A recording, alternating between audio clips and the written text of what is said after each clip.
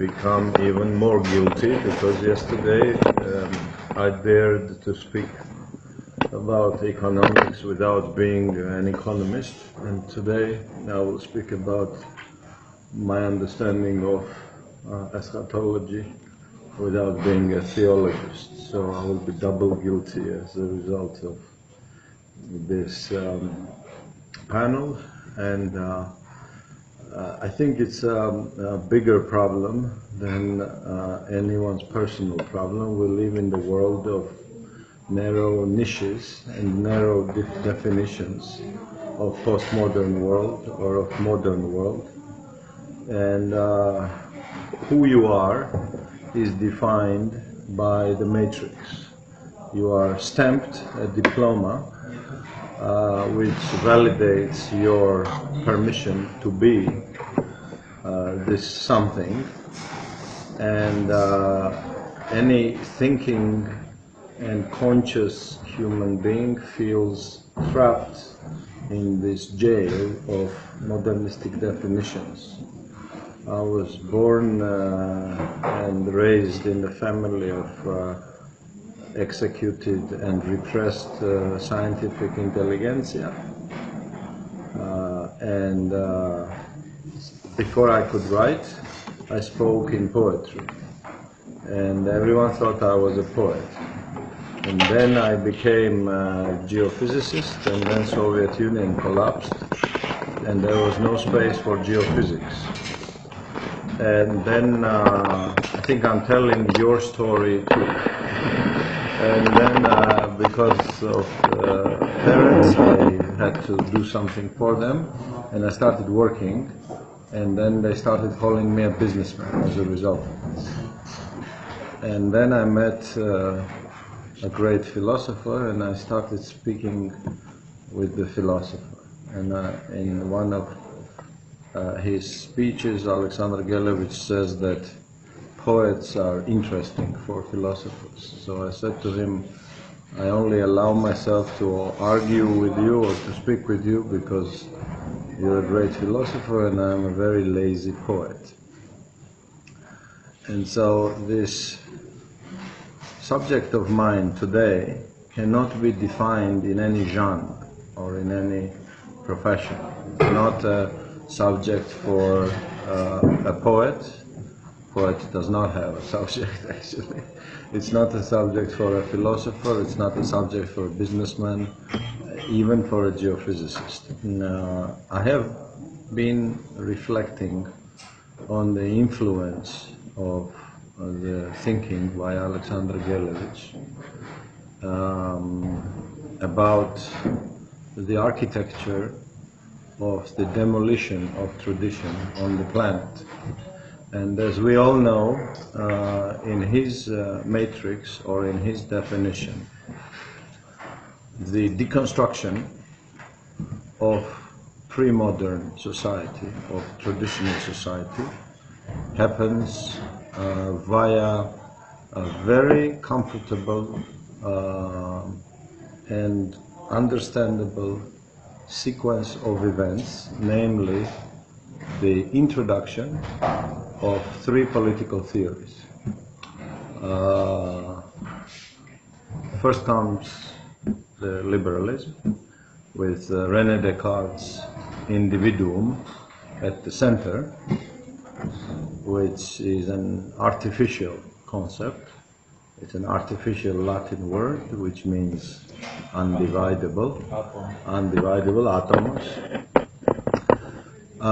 Then comes Karl Marx with his subject of class at the center of Marxism. And then comes what Alexander Gelevich calls the third political theory, Nazism or fascism, with the race or the nation at the center.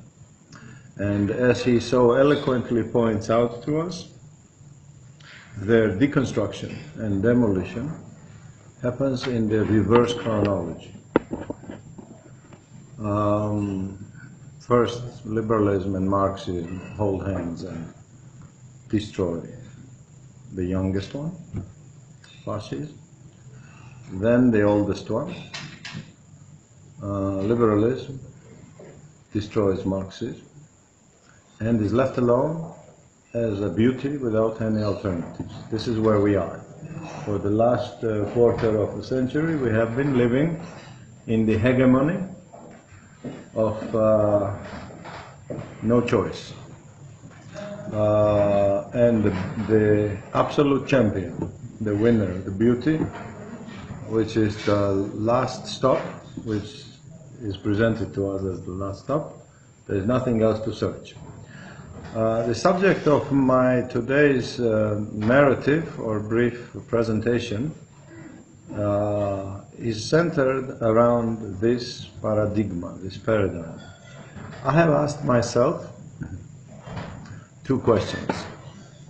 Was the scenario of introduction of three political theories, as well as the scenario of deconstruction of three political theories, preconceived?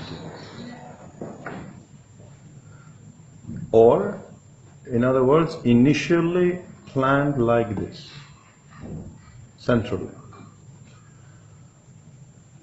And the second question that I have asked myself, and I would like to share my views with this: did three political theories have one author? Not a metaphysical, abstract author, but a physical one author in three dimensions that we live in. This is the subject of my conversation.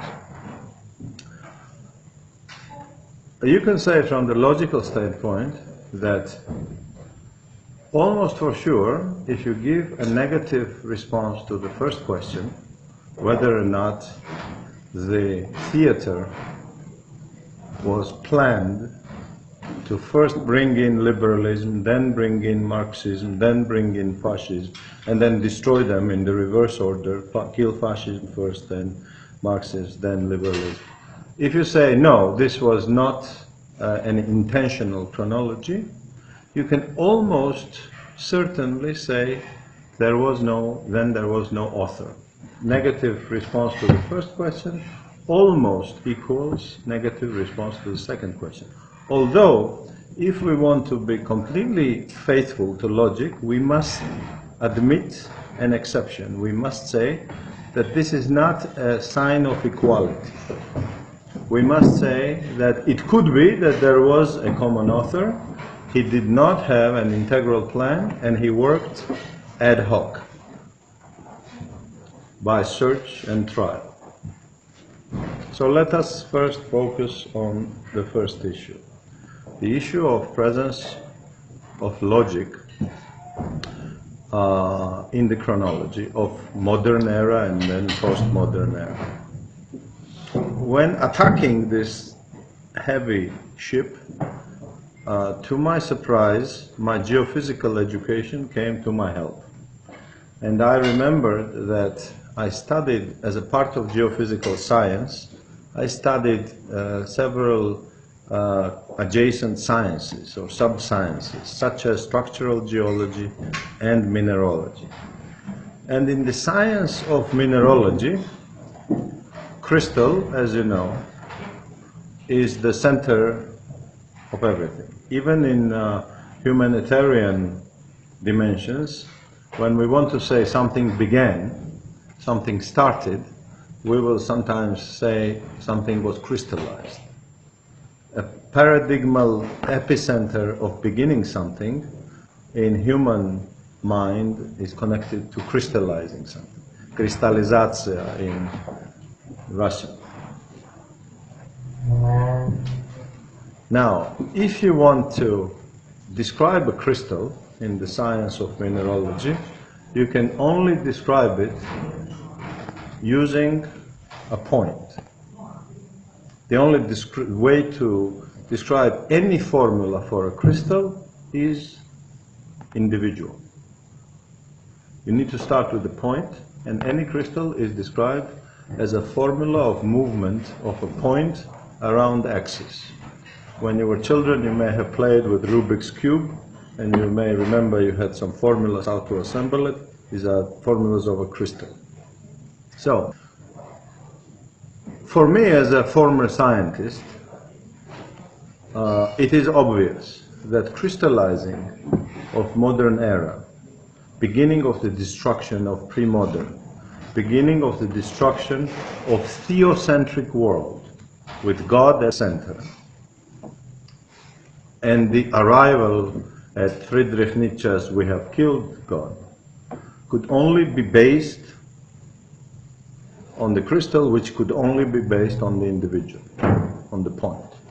Therefore, there is no doubt whatsoever in my mind that of the three political theories, you could only begin not with fascism, not with Marxism, but with liberalism, because it is based on the fundament.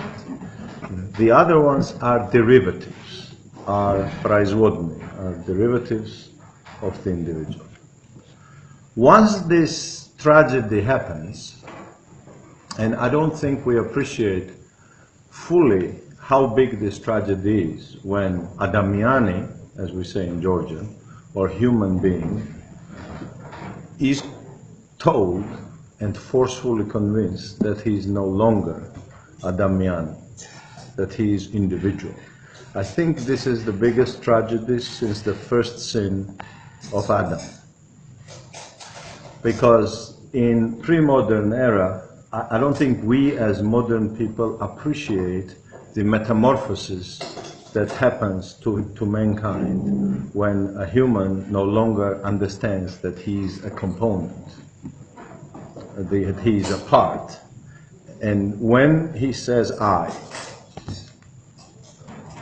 we have frequent cases in Biblistic culture, in philosophy, pre-modern, where a human is difficult to recognize. Why is that? Because I is far in the shadow than we can imagine. The people living in the modern. Joseph cannot be recognized by his brothers.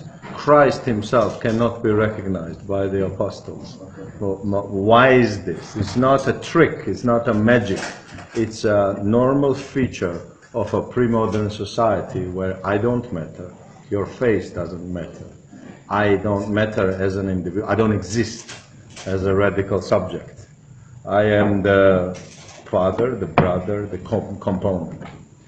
So once this biblical tragedy happens and the deconstruction of pre-modern era begins with the introduction of Cartesian I, individual, then I asked myself, I think I have proved to myself the logical first step in this chronology, why liberalism first should have been introduced.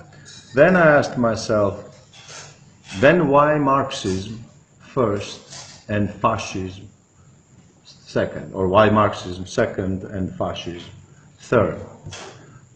First of all, the first question to ask is, why would anyone need, after the introduction of such a powerful destructive force to pre-modern as the individual, why would anyone, if he existed as an integral author, integral director, regisseur, why would he need other forms of dissuasion?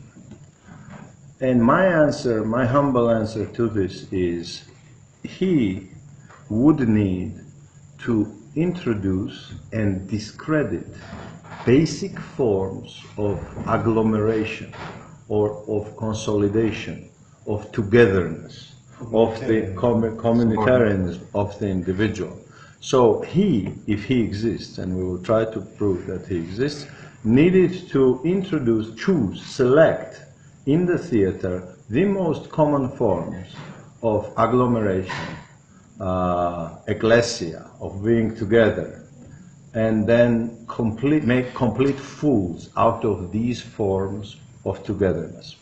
We are now talking about a relatively ripened stage of industrialization, of which Alexander Gelevich has spoken, middle of the 19th century. Liberalism by then is at least already 200 years old, or maybe even more.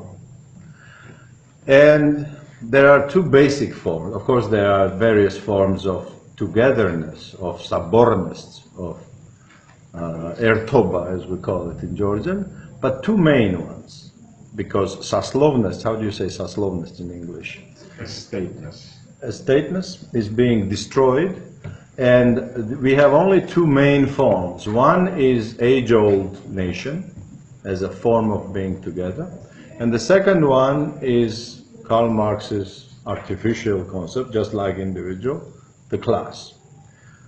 I asked myself, why would the author, the insidious, much smarter than me author, select Marxism first as the subject of introduction of second political theory, which would oppose the individual, instead of fascism, because it's illogical. Nazism is much more common by then. The entire history of then modern Europe, 17th, 18th, 19th century, is nothing but state wars, nationalism wars. So why not pick that? And my answer to this is, by then it is already exhausting, and it exhausted. Europe has exhausted its topos and its nomos with nation wars, nation-state wars. And it needs reinvigoration and opposition. So not only does the individual need the opposition, but also the tired fascism needs the opposition. Whereas the class, the artificial Marxist concept, is neophyte. And neophyte is always easier to manipulate. So this is my answer to you, why is Marxism in this chronology of modern second political theory and not the third. And then once he is introduced and imposed, of course the remainder, Nazism, gets another boost, because if we read the terrible Mein Kampf by Adolf Hitler, we remember that not only does he refer to the necessity of expanding what he calls the living space for Germanic race, but the necessity of defeating Slavic Marxism. So to crank up the old Nazism back to life, humiliation of a great ethnos would not be enough. World War I and humiliation of the Germans in World War I would not be enough. You needed a dual spin for Nazism to be regenerated. And for that, you needed to have to defeat the Slavic Marxism. Now, another interesting question is why, of the three political theories, the oldest, liberalism, the middle, Marxism, and the youngest, which is also the oldest, why was Marxism chosen to be exported to the East? Bismarck said, if you want to try this, pick a country you don't feel pity for. Which they did. But I don't think it was all that simple. I have provided my own explanation as to, because all of them are invented in the same geography. At least we can agree on in the same laboratory. And unleashed as the plague on the rest of the planet. So why send Marxism east? My answer, there are many answers to this question, and my answer is quite straightforward. Eastern Christian sabornost, which how do we translate it into English? Catholicity. Catholicity. Eastern Christian culture of togetherness prepared Eastern Christian culture for godless Catholicity.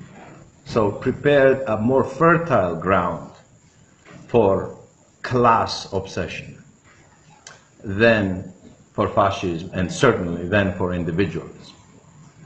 If we use geopolitical terminology, it is also very interesting that the export of Marxism to East means installing it in the heartland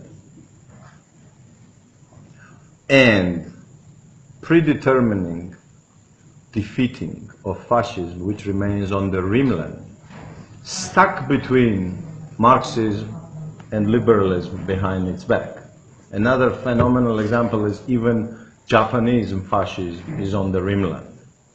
Even Turkish, even Italian fascism, they're all on the rimland. So it looks very much like an extremely logical theater. Predetermined, predisposed. Another indicator of presetting of the whole theater by one author is in the fact that racially exclusive Nazism had no chance against racially inclusive Marxism and racially inclusive liberalism. It was quantitatively impossible. So now we have finished on a very shallow basis. I try to describe this in my monography more deeply, try to substantiate the logic of the introduction of three political theories. And now let's take a look at the logic of the destruction, the reverse chronology of the destruction of three political theories. We have already touched upon this. I think fascism, as the youngest and the dumbest, was destined to go first because of its rimlandish position and impossibility to oppose the joint battle. And then after the deconstruction of fascism, obviously, the remaining only form of togetherness, of sobornost, needed to be brought down. For what purpose? To leave the kingdom of the individual without any alternative. So in my view, the opposite chronology of deconstruction is as logical as the logic of introduction of three political theories. We need to stop here and ask ourselves, when something is logical, why could it be logical? And there are only three answers to these questions. It's a coincidence, it's man-made, or it's a natural law. Let's start with the coincidence. I go back to my technical education. I was not happy about it, but I had to study the probability theory 3 times. In highest physics, in highest mathematics, and in highest finance. I'm not a maybe world's greatest expert on the probability theory, but I am comfortable with it. I'm here to tell you, under complete responsibility, that the statistical probability of coincidence of billions of events is less than 0. We're not talking about a coincidence of 3 events: liberalism first, Marxism second, fascism third. We're talking about billions of events, from publishing of Marat's newspapers to Lenin's voyages to Finland to Hitler's rise. There is no way this could be Romanian unification under Alexander Kuzar. There you go. And the Georgian supremacy to Jewish supremacy in Bolshevism, if you would like. Just like Georgians are now surprising even American liberals with their vigor and charisma. Now, so we have to exclude the theory of coincidence, and we're left with only 2. The obvious chronology was either man-made or natural hazard. Let me set aside the man-madeness, because I want to arrive at it, because I believe it was the theater, the screenplay was man-made from the start. And let me set it aside as the only explanation and attack the idea of natural evolution. As an intuitive Darwinian, anti-Darwinian, as an intuitive anti-Darwinian who turned into a dilettante anti-Darwinian. I'm not a biologist, but I can tell you that based on the dilettante level of understanding of Darwinism, neither of the 3 attempts to prove evolution theory have succeeded. They have all failed. the theory of natural selection, the theory of migration of genes, and the theory of mutation have all collapsed. And there is no scientific proof of transfer of one vid kind into another kind. Game over. Species. Game over. Actually, when I was asking myself, everyone has his or her favorite explanation. When did modern die and when did postmodern begin? Many Frenchmen will tell you it happened in 1968 with the famous events. Here is my Georgian explanation to you. When did modern die and when did postmodern begin? Modern dies and postmodern is born when Darwinism gives up on the logic. When Darwinism says, because when Darwinism comes in, what did Charles Darwin say? It's only logical, we will prove it to you later. And then the clock starts ticking. 150 years later, they arrive back at this. They say, okay, we cannot prove this, but let's elevate it to the level of faith. When Darwinism becomes a matter of faith and surrenders to gives up logic is when modern dies, because modern's main hammer of Thor was a logic. Gets rid of logic. Exactly. So you know how did theocentrism get replaced by anthropocentrism? By logic. Cogito ergo sum, Cartesian.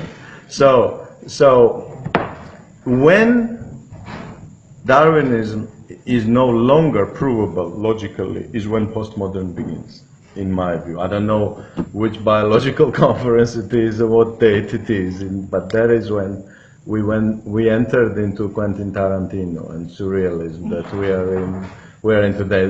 This is when Saakashvili running on the roofs of Ukrainian houses becomes possible. Before that, it's physically impossible. This is when all of this post-logical, I think another good synonym, Alexander Gelevich, for postmodern is post-logical. Postmodern equals post-logical, yes.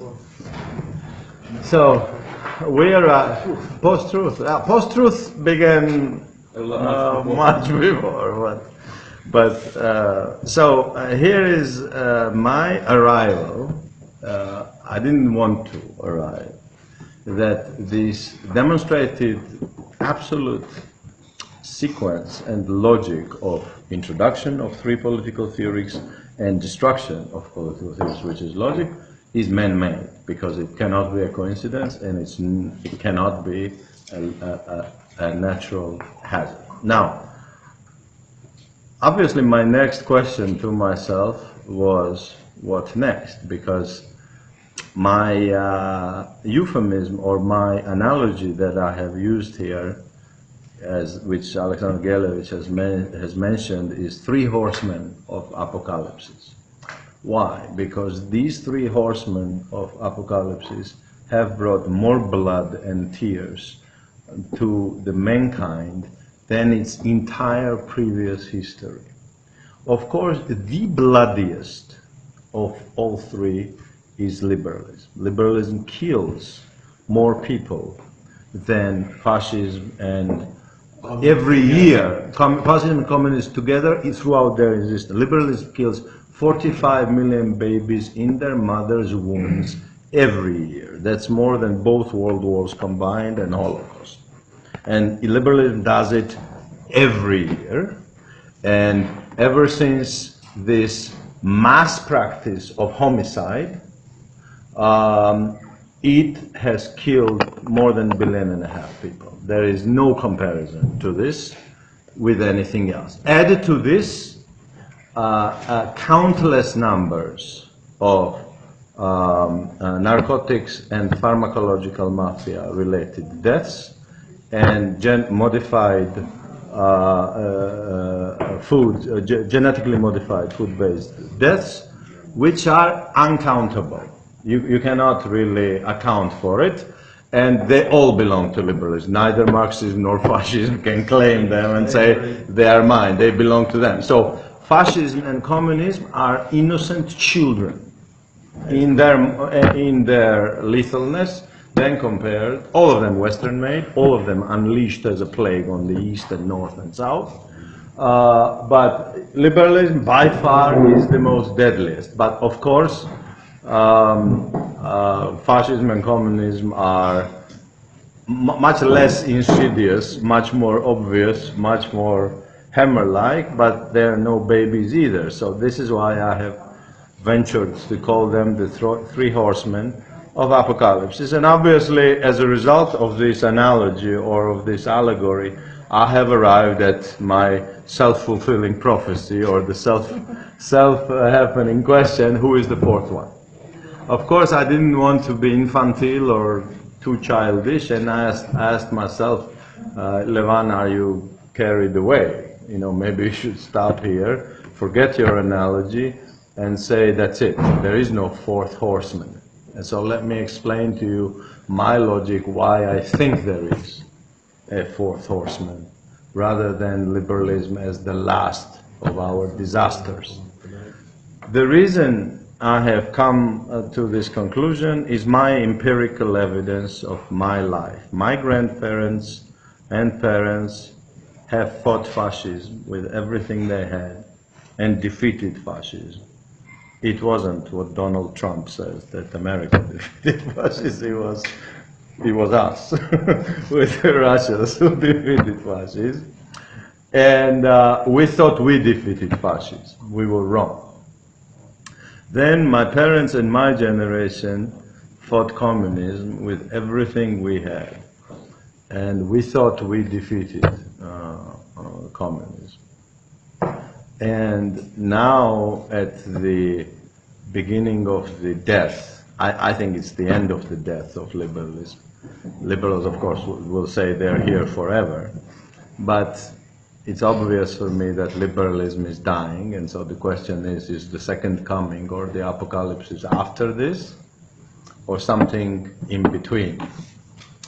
And I arrive at an implicit logical conclusion that the killing of the liberalism, no matter how brave and committed we think we are, will not happen thanks to us. He will be killed by the same director, who will bring us the fourth horseman of apocalypse, who will liberate, like it always does. They all liberate us from each other, as always. And so the fourth horseman of apocalypse will come, in my view, to liberate us from liberalism. So what's the distinction between the fourth horse riders in Cobblers and the seventh cavalry? I haven't thought about it yet, Chris. So let me give you my, because this is death, and because this is, what we're doing here is already too childish or too ambitious. I don't think anyone can dare to look the death in the eyes.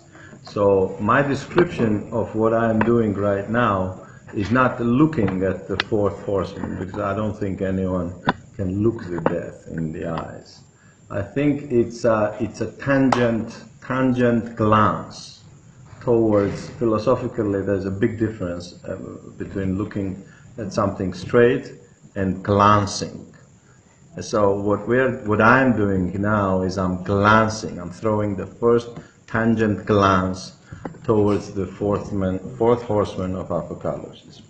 I think the easiest instrument for finding the fourth horseman of apocalypse is through his subject.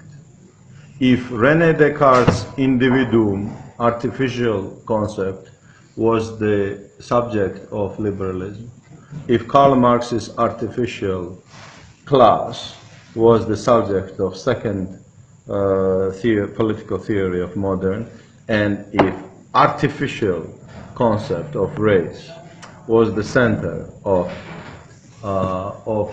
third political theory, I asked myself this impossible question: can you guess the fourth subject of the fourth horseman?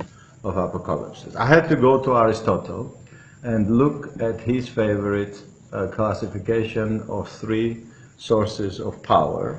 In positive connotation, it's in neutral connotation, it's power of one, power of few, power of many. In positive connotation, it's monarchy, aristocracy, and politei. And in negative connotation, it's tyranny, oligarchy, and ochlocracy or democracy. So, I had to spend quite some time looking at it from every angle I could, and I arrived at the conclusion that all three political theories so far have used politei, or democracy rather, as their addressee. Liberalism addresses people. Communism or Marxism addresses the happiness of people. Fascism addresses happiness of people. This is not, by the way, their only unifying feature. They are twins in three components. All three of them hate Christianity. They pretend, when they need to be the real manifestation of Christianity, but they all hate and fight the church. Second feature in which they are twins is their absolute totalitarian nature. All three of them want all of the planet. Neither liberalism, nor Marxism, nor fascism will tell you, I only want this part of the planet. All three of them want all of it. That's their second unifying feature, which makes them unmistakable children of the same parent. And the third feature, in which they are one, and that is, how should I say, absolute killer in terms of the feature, is all three of them promise paradise on earth to their subjects. No religion, no traditional religion does that. No traditional religion will promise you happiness in this life. All three of them say, the other ones are lying, follow me, I give you happiness in this life. These three features are stunning manifestations of them being the children, rather bastards, because bastards don't know their real parent, and that's why they think they're fighting each other. It's a feature of a bastard, not to know who your parent is. They come all from one parent. So, what is the subject of the fourth horseman of apocalypse, or fourth political theory in the negative? You could say that the addressee, because liberalism, Marxism, and fascism have all addressed demos or plebos, will also do the same. Obviously, that's easy. But will it be sourced in politei? I don't think it will. Will it be rooted out of politei? I don't think it will, because neither of the three were truly rooted in politei. They were in the democracy, okay. or ochlocracy. Sorry, okay, got it. Of course, now they are derivatives of elites in one form or the other. And I believe that we live in the unprecedented era of the most powerful oligarchy we have ever seen in the history of mankind. Because up until now, oligarchy was something local, within the empire, within the kingdom. The internationalness, omnipresence, mobility of oligarchy is something we have not seen before.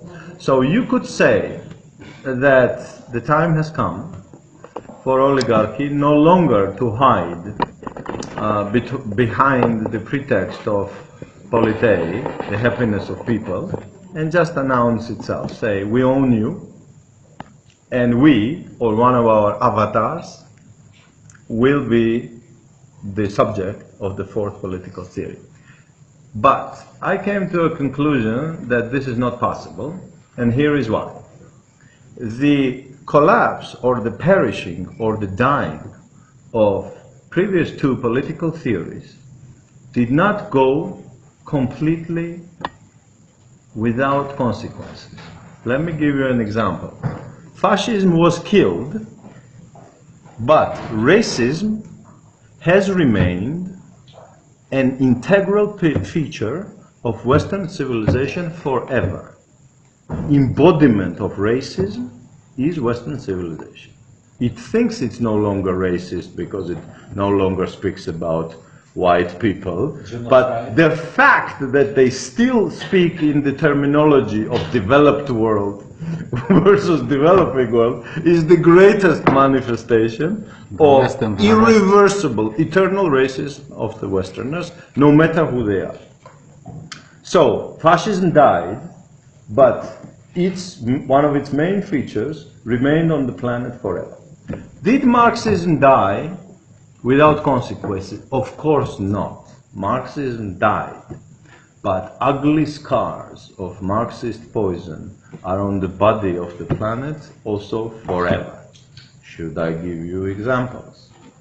The pseudo-moral attribution of pseudo-moral features to wealth, which is idiocy of Marxism. Marxism says wealth has a moral quality. It's a Marxist idiocy. It's part of Western mentality forever. There are actually many intellectuals who believe that wealth is good or bad. They have attributed an impossible feature to something, but wealth is wealth. It's not good, it's not bad, but perception is fundamental. Not only in the Gallic culture, I meet it among the Britons. I cannot believe my eyes. I'm meeting modern Britons who actually think money is a sign of good or bad. Another example, how the demise of second political theory did not go away unnoticed. In the same way, the ongoing collapse or death of liberalism will, of course, leave its ugly scar on the planet. And I think liberalist, detrimental, destructive legacy on the planet will be the false concept of égalité. Égalité is the biggest lie of liberalism brought upon the planet, and when liberalism dies, this nonsense of égalité, not that we are all equal before God, but we should be equalized forcefully, will stay on the planet. And this is why I think oligarchy, or one of its avatars, will never be able to become the subject of the fourth horseman of apocalypse. So I have refused that polité or democracy will be the root of the subject, and I have refused that either oligarchy or aristocracy will be able to manifest itself as the subject of the fourth horseman of the, and I am left with only one, power of one, the tyranny. The tyranny. The tyranny is the only possible subject of the fourth horseman of apocalypse, who will come, and what a surprise, what a coincidence with our expectation on who is coming. And he is coming to liberate us from liberalism. He will come, this growing chaos, this growing sickness of powerless pseudo-leaders, from Macron to these idiots, all of them, Trump, this endless chicharda, this endless, what do you call it? Charade of pseudo-leaders aimed at preparation of the longing for the strong hand. These waves of Middle Eastern migration, you think it's enough? It's only a beginning.